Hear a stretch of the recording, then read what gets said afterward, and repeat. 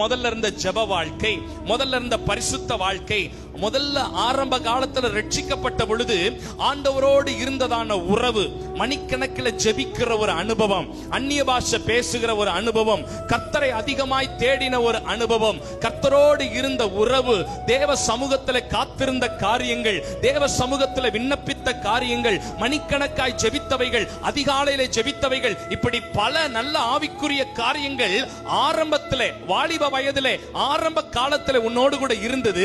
ஆனா இடையில நடந்த ஒரு கல்யாணம், இடையில பிறந்த ஒரு புள்ள, இடையில கிடைச்ச ஒரு வேலை, இடையில கிடைச்ச சில டைவர்ஷன்ஸ் அந்த ஆண்டவரை விட்டு உன்னை பின்னே தள்ளி போயிருக்கும் என்றால் கர்த்தர் சொல்லுகிறார், மீண்டும் உன்னுடைய காரியங்களை எடுப்பித்து கட்ட வேண்டும் என்று கர்த்தர் விரும்புகிறார்.